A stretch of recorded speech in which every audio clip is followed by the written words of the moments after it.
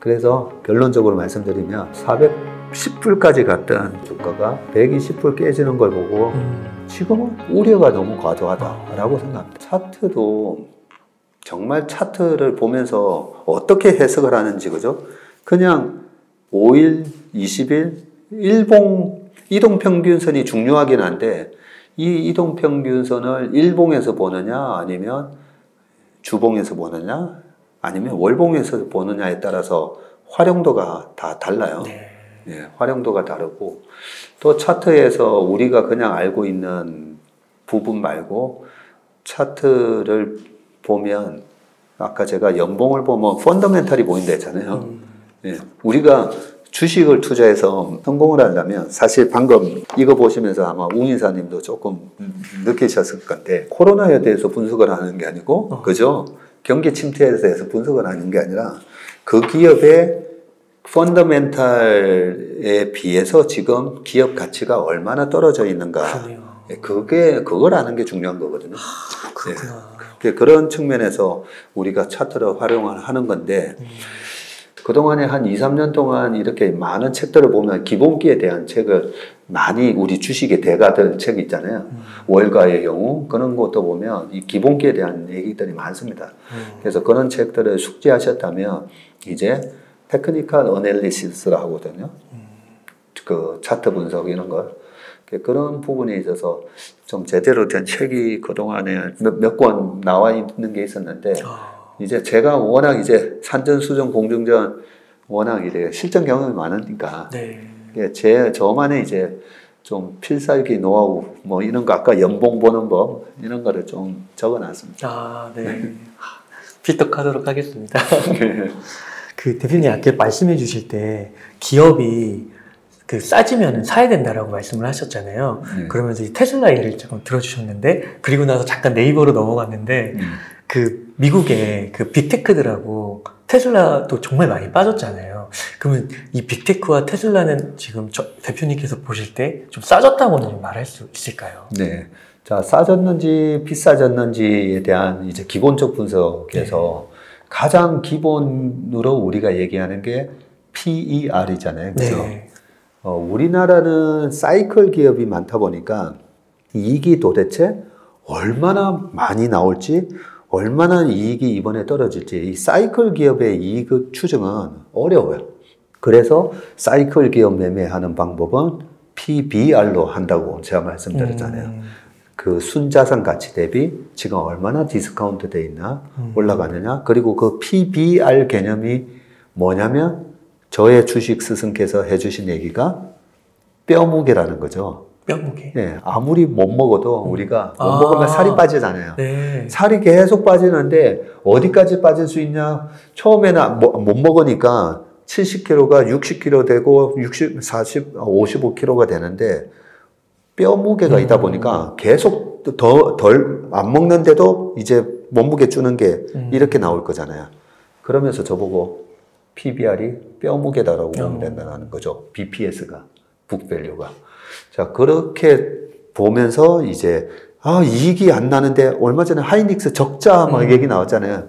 그 적자 얘기 나와도 그 하이투자의 송명석 연구원님이 그래도 하이닉스는 0.9 깨졌을 때 사면 1.6까지 이렇게 반복되면서 올라갔다 내려갔다 하기 때문에 뭐 0.9 깨면 사는 거예요. 뭐 이렇게 밸류에이션 콜을 해주셨어요. 저는 그 너무 좋은 말씀이라 생각하고요.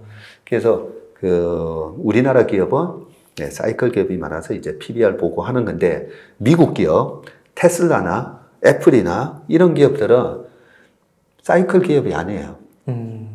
사이클 기업이 아니고 짧은 이제 경기 소비재다 보니까 짧은 사이클은 있지만 굉장히 탄탄한 고객층을 갖고 있고 2, 3년마다 신제품이 나올 때 또 교체하고 하면서 약간 사치품 필수 소비재 개념이에요. 사치품인데 필수 소비재. 그래서 애플 같은 게 지금 고점 대비 한 40% 빠졌다고 되어 있는데 40% 빠져서 PER이 얼마냐면요. 이익 대비. 애플과 같은 기업은 이익이 들쑥날쑥 안 하거든요. 그래서 이익 대비 얼마냐면 지금 20배가 됐어요. 많이 싸졌네요. 많이 싸졌죠. 그러면 아니 도대체 그전에는 얼마였다는 거야. 30배에서 20배가 되면 33% 빠지는 거잖아요. 그전에는 30배가 넘었었어. 그래서 재작년에 미국 시장이 우리나라 연말에 작년 1월까지 고점을 막 돌파하면서 애플이 시가총액 얼마까지 갔는지 아세요? 3조 달러. 네. 3조 달러를 살짝 뚫었었어요. 네. 3조 달러 곱하기 1,300원 하면 아니 도대체 이게 얼마예요? 3,900조? 우리나라 돈으로? 그러면 우리나라 코스닥, 코스피 다 합쳐가지고 지금 코스피 1,700조, 코스닥 300조, 2,000조인데 작년 초에는 한 2,300조, 400조. 아니 근데 애플 하나만 3,900조? 좀 말이 안 되잖아요. 네. 그 정도로 이 거품이 있었다는 거죠. 그래서 우리가 주식을 할 때 왜 고점에서 사냐면 계속 비싸질 거라는 착각 때문에 사는 거거든요. 근데 분명히 비쌌던 거죠. 그리고 지금은 지금 사는 게 맞습니까? 분명히 쌀 때는 사는 거예요. 네. 그래서 20배 20배 괜찮네. 20배가 사실 깨졌었어요. 어제 3.몇 % 빠지면서 네, 19배까지 떨어졌어요. 자, 그리고 이제 테슬라를 가보자고요. 테슬라가 재작년에 PER을 3년 전이죠. 2020년도에 막 올라오는데 PER이 얼마가 나오는가 딱 봤더니 200배. PER 200배 가치 투자자는 절대 못 산다 그러죠. 근데 피터 린치가 왜 위대한 투자자냐면 피터 린치는 가치 영역에 있는 주식, 고평가라고 생각하는 성장주, 이 주식들을 다 먹는 사람이었어요. 물론 가치주를 좋아하지는 않아요. 네. 근데 가치주가 이익 모멘텀이 턴어라운드 나올 때는 사요. 근데 보통은 보면 성장주 매매를 잘 못하기 때문에 많은 분들이 성장주 들어갔다가 다 얻어 터지는 거거든요. 그래서 피터 린치가 이렇게 얘기합니다. 성장주 매매에 있어서 중요한 거는 PEG라고 얘기를 하고요. 그게 이제 프라이스를 뭐랑 비교하느냐면 EPS 그로스 레이트랑 비교하는 거죠. 네. 네. 이익 증가율하고 비교를 하는데, 자, 다시 테슬라로 돌아서 PER 200배야. 아이고, 이게 말이 돼? 근데 PER을 나누기 EPS 그로스, 이익 성장률. 실제로요, 테슬라의 이익 성장이 200%가 나왔어요. 그래서 200배가 200 나누기 200% 하면 1 되면서 PEG가 1배였던 거예요. 그리고 우리가 가치 투자한다고 해가지고 PER 6배, 5배 이런 거 많이 사시거든요. 네. PER 5배인데 이익 그로스가 2%예요. 그러면 5배 나누기 2 하면 뭐야? 2.5가 나오네? 네. PEG가 2.5가 나와요. 그래서 피터 린치가 성장성 없는데 PER 5배, 6배 비싸다고 안 사는 거예요. 그래서 피터 린치 책에서 가장 중요한 부분이 저는 이 PEG 개념이고, 그걸 제가 이제 투자의 본질에도 써놓긴 했었는데, 성장주 투자의 핵심이라는 거죠. 네, 그런 측면에서 자, 테슬라가 200배 하다가 지금 이제 PER이 얼마가 되냐면 21배가 됐어요. 굉장히 착해졌죠. 네. 네, 착해졌으면, 그런데 내년도에, 올해죠, 이제. 올해 2023년, 24년 테슬라의 이익 성장 예측치가 보니까 35%? 30% 이상 나와요. 네. 올해도 그렇고 내년에도 그렇고. 네. 진짜 그렇게 나오나? 근데 테슬라의 영업이익률을 보면 17%나 돼요.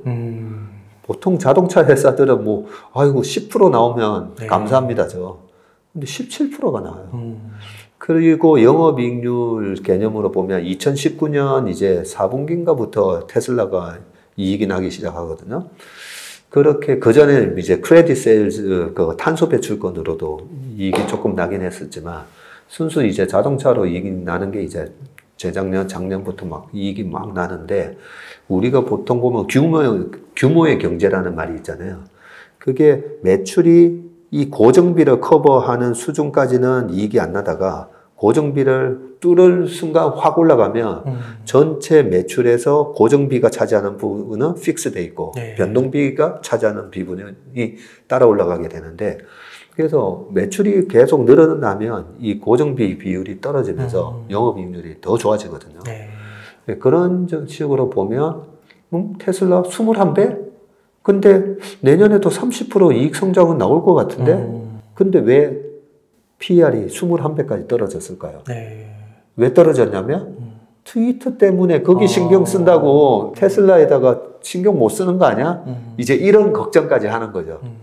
예, 이런 걱정까지. 그러면 PER 200배 갔을 때 계속 그 200배가 유지될 수 있다라고 생각해서 위에서 주식 산 분들은 생각은 앨런 머스크가 계속해서 네. 영원히 자동차뿐만 아니라 거기다가 옵티머스 로봇도 붙이고 우주도, 네, 우주도 가고 하면서 네. 네, 이 세상을 지배할 거야.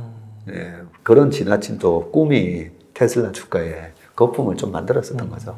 그래서 결론적으로 말씀드리면 410불까지 갔던 그 테슬라의 주가가 120불 깨지는 걸 보고 그동안 제가 테슬라에 대해서 좋게를 얘기를 이제 안 한 지가 한 2년 된 것 같아요. 네.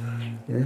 지금은 우려가 너무 과도하다라고 생각합니다. 안녕하세요. 웅달책방 구독자 여러분, 웅달입니다.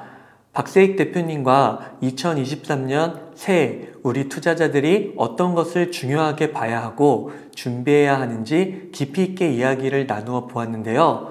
투자에는 확실히 변하지 않는 법칙이나 잊어서는 안 될 중요한 전략들이 있는 것 같습니다. 그중 중요한 한 가지로 차트 분석이 있습니다. 이 차트에 대해서 박세익 대표님께서 22년간의 투자 노하우를 담아 차트의 정석이라는 교육 프로그램을 완성하셨다고 하는데요.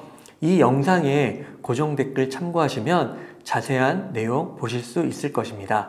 여러분들의 성투를 기원하겠습니다. 감사합니다.